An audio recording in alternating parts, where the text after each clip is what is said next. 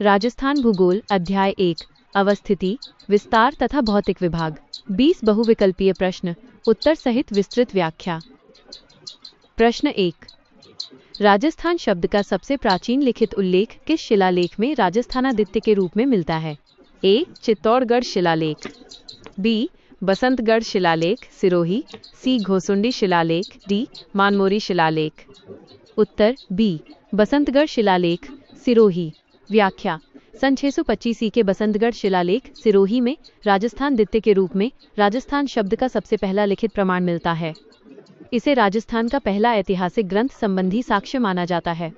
ध्यान रहे, यहाँ शब्द का प्रयोग किसी भौगोलिक क्षेत्र के लिए नहीं बल्कि राजा के निवास स्थान के अर्थ में हुआ था। प्रश्न 2, राजस्थान शब्द का आधिकारिक तौर पर सर्वप्रथम भौगोलिक क्षेत्र के लिए प्रयोग किसने किया? A. George Thomas, B. William Crook, C. Colonel James Tod, D. Maharaja Bhim Singh. उत्तर सी. Colonel James Tod. व्याख्या। कर्नल जेम्स टॉड ने 1829 में प्रकाशित अपनी पुस्तक राजस्थान का इतिहास और पुरातनता में इस भौगोलिक क्षेत्र के लिए आधिकारिक तौर पर राजस्थान शब्द का प्रयोग किया। इससे पहले 1800 में जॉर्ज थॉमस ने राजपूताना शब्द का प्रयोग किया था, जिसे विलियम क्रुक ने 1805 में अपनी पुस्तक में उल्लेखित किया। प्रश्न 3, राजस्थान शब्द को संवैधानिक मान्यता कब प्राप्त हुई? ए. 1 नवंबर 1956, बी. 30 मार्च 1949, सी. 26 जनवरी 1950, डी. 15 अगस्त 1947। उत्तर सी. 26 जनवरी 1950। व्याख्या। 26 जनवरी 1950 को संविधान लागू होने के साथ राजस्थान शब्द को संवैधानिक मान्यता प्राप्त हुई। इसके बाद 1 नवंबर 1956 को राज्य पुनर्गठन के अंतर्गत राजस्थान के वर्तमान क्षेत्रीय स्वरूप को अंतिम रूप दिया गया।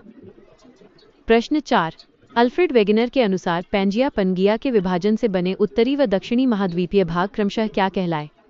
ए. होल लॉरेशिया व गोंडवानालैंड, बी. टेथिस व पैंथेलासा, सी. अंगारा लैंड व द्रविड लैंड, डी. यूरेशिया व अफ्रो एशिया। उत्तर ए. लॉरेशिया व गोंडवानालैंड। व्याख्या। वेगनर के अनुसार पैंजिया का विभाजन कार्बोनिफेरस काल में हुआ और इसके चारों ओर एक विशाल महासागर पैंथेलासा था। पैंजिया के उत्तरी भाग को लॉरेशिया तथा दक्षिणी भाग को गोंडवानालैंड कहा गया। इन दोनों भागों के बीच टेथिस सागर नामक भूतुल्यकालिक जियोसिंक्लिनल क्षेत्र स्थित था। प्रश्न 5, राजस्थान की अरावली पर्वतमाला और हाड़ौती पठार भूवैज्ञानिक दृष्टि से किसका भाग माने जाते हैं? ए. Laurasia, B. टेथिस सागर, सी. गोंडवानालैंड, डी. पैंथेलासा। उत्तर सी. गोंडवानालैंड। व्याख्या। राजस्थान का पश्चिमी, उत्तर पश्चिमी भाग तथा पूर्वी मैदानी क्षेत्र टेथिस सागर का अवशेष है। हिमालय से बहने वाली नदियों की जलोढ़ मिट्टी से भरा, जबकि अरावली पर्वतमाला और हाड़ौती पठार गोंडवानालैंड का हिस्सा हैं। सांभर, डीडवाना, पचपदरा, लूणकरणसर जैसी खारे पानी की झीलें टेथिस सागर के अवशेष मानी जाती हैं। प्रश्न 6, राजस्थान का उत्तर से दक्षिण अक्षांशीय अधिकतम विस्तार कितना है? ए. 869 किलोमीटर, बी. 826 किलोमीटर, सी. 792 किलोमीटर, डी. 900 किलोमीटर। उत्तर बी. 826 किलोमीटर्स। व्याख्या। राजस्थान 23 डिग्री 03 उत्तरी अक्षांश, बोरकुंडा बांसवाड़ा से 30 डिग्री 12 उत्तरी अक्षांश, कोणा गांव श्रीगंगानगर के बीच फैला है। अक्षांशीय विस्तार 7 डिग्री 09 तथा दूरी 826 किलोमीटर है। इसकी तुलना में पूर्व पश्चिम देशांतरीय विस्तार 869 किलोमीटर। अवधि 8 डिग्री 47 है, यानी लंबाई और चौड़ाई के बीच अंतर 43 किलोमीटर का है। प्रश्न 7, राज्य सर्वेक्षणों के अनुसार राजस्थान का मध्य केंद्रीय गांव कौन सा है? ए. गगराना, नागौर, बी. जायल, नागौर, सी. डीडवाना, डी. एम. कराना। उत्तर ए. गगराना, नागौर। व्याख्या। उपग्रह सर्वेक्षणों के अनुसार गगराना, नागौर जिला राजस्थान का भौगोलिक मध्य गांव है। एक रोचक तथ्य ये भी है कि धौलपुर पूर्वी छोर से जैसलमेर पश्चिमी छोर तक सूर्योदय के समय का अंतराल लगभग 35 मिनट 8 सेकंड है। प्रश्न 8, राजस्थान की कुल भू सीमा कितनी है तथा इसमें अंतर्राष्ट्रीय सीमा का हिस्सा कितना है? ए. कुल 5920 किलोमीटर्स, अंतर्राष्ट्रीय 1070 किलोमीटर्स, बी. कुल 5500 किलोमीटर्स, अंतर्राष्ट्रीय 1200 किलोमीटर्स, सी. कुल 4850 किलोमीटर्स, अंतर्राष्ट्रीय 1070 किलोमीटर्स, डी. कुल 6000 किलोमीटर्स, अंतर्राष्ट्रीय 1500 किलोमीटर्स। उत्तर ए कुल 5,920 किलोमीटर्स, अंतर्राष्ट्रीय 1,070 किलोमीटर्स। व्याख्या: राजस्थान की कुल भूसीमा 5,920 किलोमीटर है, जिसमें से 1,070 किलोमीटर अंतर्राष्ट्रीय सीमा पाकिस्तान से रेडक्लिफ रेखा तथा शेष 4,850 किलोमीटर अंतर्राज्यीय सीमा है। रेडक्लिफ रेखा की शुरुआत हिंदुमल कोट श्री गंगानगर से तथा अंत शाहगढ़ बाखासर बाड़मेर पर होता है। प्रश्न 9। रेडक्लिफ रेखा की कुल लंबाई कितनी है और ये भारत के कितने राज्यों केंद्र शासित प्रदेशों से होकर गुजरती है? ए 3,310 किलोमीटर्स। 3 राज्य राजस्थान, गुजरात, पंजाब व 2 केंद्र शासित प्रदेश जम्मू कश्मीर, लद्दाख बी 2,900 किलोमीटर्स। 2 राज्य व 1 केंद्र शासित प्रदेश सी 3,500 किलोमीटर्स। 4 राज्य डी 3,310 किलोमीटर्स। केवल राजस्थान व गुजरात। उत्तर ए 3,310 किलोमीटर्स। 3 राज्य व 2 केंद्र शासित प्रदेश। व्याख्या: रेडक्लिफ रेखा की कुल लंबाई 3,310 किलोमीटर है, जो राजस्थान, गुजरात और पंजाब इन 3 राज्यों तथा जम्मू कश्मीर और लद्दाख इन 2 केंद्र शासित प्रदेशों से होकर गुजरती है। राजस्थान के 5 जिले श्रीगंगानगर, बीकानेर, फलौदी, जैसलमेर व बाड़मेर इस रेखा पर स्थित हैं। प्रश्न 10। राजस्थान में सबसे लंबी अंतर्राज्यीय सीमा वाला जिला कौन सा है? ए बाड़मेर, बी धौलपुर, सी झालावाड़, डी बांसवाड़ा। उत्तर सी झालावाड़। व्याख्या: झालावाड़ जिले की अंतर्राज्यीय मध्य प्रदेश से लगती सीमा 520 किलोमीटर है। ये राजस्थान में सबसे लंबी अंतर्राज्यीय सीमा है। इसके विपरीत बाड़मेर जिले की अंतर्राज्यीय सीमा गुजरात से मात्र 14 किलोमीटर है, जो राज्य में सबसे छोटी अंतर्राज्यीय सीमा है। प्रश्न 11। राजस्थान के ऐसे कितने जिले हैं जो 2-2 राज्यों के साथ सीमा साझा करते हैं और इनमें से कौन सा युग्म सही है? ए 4 जिले हनुमानगढ़, पंजाब, हरियाणा, डीग हरियाणा, ऊपरा, धौलपुर, ऊपरा, मैप्रा, बांसवाड़ा, मैप्रा, गुजरात। बी 3 जिले केवल धौलपुर, बांसवाड़ा, हनुमानगढ़। सी 5 जिले, इसमें झालावाड़ भी शामिल। डी 2 जिले केवल धौलपुर व बांसवाड़ा। उत्तर ए 4 जिले। व्याख्या: 4 जिले 2-2 राज्यों के साथ सीमा बनाते हैं। हनुमानगढ़ पंजाब व हरियाणा, डीग हरियाणा व उत्तर प्रदेश, धौलपुर उत्तर प्रदेश व मध्य प्रदेश और बांसवाड़ा मध्य प्रदेश व गुजरात। इसके अतिरिक्त कोटा व चित्तौड़गढ़ ऐसे जिले हैं जो मध्य प्रदेश के साथ 2 बार सीमा बनाते हैं, परंतु चित्तौड़गढ़ की सीमा खंडित टूटी हुई है जबकि कोटा की नहीं। प्रश्न 12। टीएच हडली के अनुसार राजस्थान की आकृति किसके समान बताई गई है? ए त्रिभुजाकार, बी समचतुर्भुज पतंग के आकार का, सी अर्धचंद्राकार, डी आयताकार। उत्तर बी समचतुर्भुज पतंग के आकार का। व्याख्या: टीएच हडली के अनुसार राजस्थान की आकृति समचतुर्भुज अर्थात पतंग के आकार जैसी है। क्षेत्रफल की दृष्टि से राज्य जर्मनी के बराबर, जापान से थोड़ा बड़ा, ग्रेट ब्रिटेन से 1.5 गुना, श्रीलंका से 5 गुना तथा इजराइल से 17 गुना बड़ा है। प्रश्न 13। थार मरुस्थल का लगभग कितना प्रतिशत भाग भारत में स्थित है?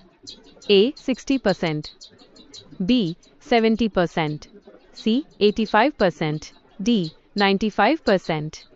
उत्तर सी 85%। व्याख्या: थार मरुस्थल का लगभग 85% भाग भारत में तथा शेष 15% पाकिस्तान में स्थित है। भारत में स्थित थार मरुस्थल का 60% से अधिक भाग लगभग 62% अकेले राजस्थान में है। शेष भाग गुजरात, पंजाब व हरियाणा में फैला है। इसका कुल क्षेत्रफल लगभग 1.75 लाख वर्ग किलोमीटर है। प्रश्न 14। उत्तर पश्चिमी मरुस्थलीय भाग राजस्थान के कुल क्षेत्रफल का लगभग कितना प्रतिशत है और ये राज्य की जनसंख्या का कितना प्रतिशत धारण करता है? ए क्षेत्रफल 61%, जनसंख्या 40%, बी क्षेत्रफल 40%, जनसंख्या 61%, सी क्षेत्रफल 23%, जनसंख्या 39%, जनसंख्या 10%, जनसंख्या 10%। उत्तर ए क्षेत्रफल 61%, जनसंख्या 40%। व्याख्या: 4 भौगोलिक भागों में उत्तर पश्चिमी मरुस्थलीय क्षेत्रफल की दृष्टि से सबसे बड़ा है 61%, परंतु शुष्क जलवायु के कारण यहाँ जनसंख्या घनत्व सबसे कम है 40% जनसंख्या। तुलनात्मक रूप से पूर्वी मैदान क्षेत्रफल में 23% होते हुए भी 39% जनसंख्या धारण करता है, यानी सबसे घना बसा भाग है। प्रश्न 15। श्री मैक 1979 के अनुसार राजस्थान में बालुका स्तूपों सैंड ड्यून्स के कितने प्रकार पाए जाते हैं? A 6, B 8, C 10, D 5। Uttar B 8। व्याख्या: श्री मैक के अनुसार राजस्थान में 8 प्रकार के बालुका स्तूप पाए जाते हैं। अनुदैर्ध्य, रेखीय, अनुप्रस्थ, बरखान, सीफ, पर्वलयिक, अवरोधक, तारानुमा और नेटवर्क बालुका स्तूप। जैसलमेर में सर्वाधिक बालुका स्तूप पाए जाते हैं, जबकि जोधपुर में सभी प्रकार के बालुका स्तूप पाए जाते हैं। प्रश्न 16। अर्धचंद्राकार आकृति वाले तथा सर्वाधिक गतिशील बालुका स्तूप जो मुख्यतः शेखावाटी क्षेत्र विशेषकर चूरू में पाए जाते हैं क्या कहलाते हैं? A फोल सीफ बालुका स्तूप, B बरखान, C पर्वलयिक बालुका स्तूप, D तारानुमा बालुका स्तूप। उत्तर B बरखान। व्याख्या: बरखान अर्धचंद्राकार रेत के टीले हैं जिनका पवन सम्मुख भाग उत्तल तथा पवन विमुख भाग अवतल होता है। ये मुख्यतः शेखावाटी क्षेत्र विशेषकर चूरू में पाए जाते हैं और अत्यधिक गतिशील होने के कारण मरुस्थलीकरण में सबसे महत्वपूर्ण भूमिका निभाते हैं। जब हवा की दिशा बदलने पर बरखान की एक भुजा आगे फैल जाती है तो सीफ बालुका स्तूप बनता है। प्रश्न 17। राजस्थान की सबसे ऊंची चोटी गुरु शिखर किस जिले में तथा कितनी ऊंचाई पर स्थित है? A Udaipur 1431 metre, B Sirohi Mount Abu 1722 metre, C Rajsamand 1224 metre, D Sikar 1055 metre. उत्तर B Sirohi Mount Abu 1722 metre. व्याख्या: गुरु शिखर 1722 मीटर माउंट आबू सिरोही जिले में स्थित है और ये अरावली पर्वतमाला की सबसे ऊंची चोटी है। कर्नल जेम्स टॉड ने इसे संतों का शिखर कहा। यह हिमालय और नीलगिरी पर्वतों के बीच की सबसे ऊंची चोटी मानी जाती है। मेवाड़ अरावली की सबसे ऊंची चोटी जरगा 1431 मीटर उदयपुर है। प्रश्न 18। भारत में अरावली पर्वतमाला किन दो स्थानों के बीच लगभग 692 किलोमीटर तक फैली हुई है? A खेतड़ी से गुरु शिखर तक, B पालनपुर गुजरात से रायसीना हिल्स दिल्ली तक, C माउंट आबू से नाहरगढ़ तक, D खेड़ ब्रह्मा से दिल्ली तक। उत्तर B पालनपुर गुजरात से रायसीना हिल्स दिल्ली तक। व्याख्या: भारत में अरावली पर्वतमाला पालनपुर गुजरात से रायसीना हिल्स दिल्ली तक कुल 692 किलोमीटर में फैली है। राजस्थान में ये खेड़ ब्रह्मा गुजरात सीमा से खेतड़ी झुंझुनू तक लगभग 550 किलोमीटर तक विस्तृत है तथा इसका विस्तार दक्षिण पश्चिम से उत्तर पूर्व दिशा में है। प्रश्न 19। राजस्थान में अरावली पर्वतमाला का आधार बेस रॉक स्ट्रक्चर किस जिले में सतह पर दृश्यमान होता है? A होल Sirohi, B Tonk, C Udaipur, D Ajmer. उत्तर B टोंक। व्याख्या: अरावली पर्वतमाला का आधार टोंक जिले में सतह के नीचे स्पष्ट रूप से दृश्यमान होता है। अरावली की प्रारंभिक चट्टानें आर्कियन श्रृंखला से संबंधित हैं, जो ठोस, दानेदार तथा जीवाश्म रहित होती हैं और इनमें ग्रेनाइट, नीस व शिस्ट जैसे खनिज पाए जाते हैं। इसका निर्माण प्री कैम्ब्रियन युग लगभग 2500 मिलियन वर्ष पूर्व में मैग्मा के जमने से आग्नेय चट्टानों के रूप में हुआ। प्रश्न 20। भूविज्ञान की दृष्टि से अरावली पर्वतमाला को किसका अवशिष्ट पर्वत रेजिडुअल माउंटेन माना जाता है जिसका निर्माण पेनिप्लेनेशन प्रक्रिया द्वारा हुआ? A एक युवा वलित फोल्ड पर्वत, B एक प्राचीन वलित पर्वत प्रायद्वीपीय पठार का भाग, C एक ज्वालामुखी पर्वत, D एक हिमानी ग्लेशियल पर्वत। उत्तर B एक प्राचीन वलित पर्वत प्रायद्वीपीय पठार का भाग। व्याख्या: अरावली संकुचन कंप्रेशन की प्रक्रिया से एक प्राचीन वलित पर्वत के रूप में विकसित हुई, जिसे पेनिप्लेनेशन अपर्दन द्वारा लगभग समतल हो चुका पर्वत का उदाहरण माना जाता है। भू आकृति विज्ञान की दृष्टि से ये भारतीय प्रायद्वीपीय पठार का ही एक भाग है। प्रोफेसर पारीख के अनुसार वर्तमान में अरावली का अधिकांश भाग विंध्यन श्रृंखला की चट्टानों से बना है, जो इसे एक अवशिष्ट पर्वत के रूप में वर्गीकृत करता है।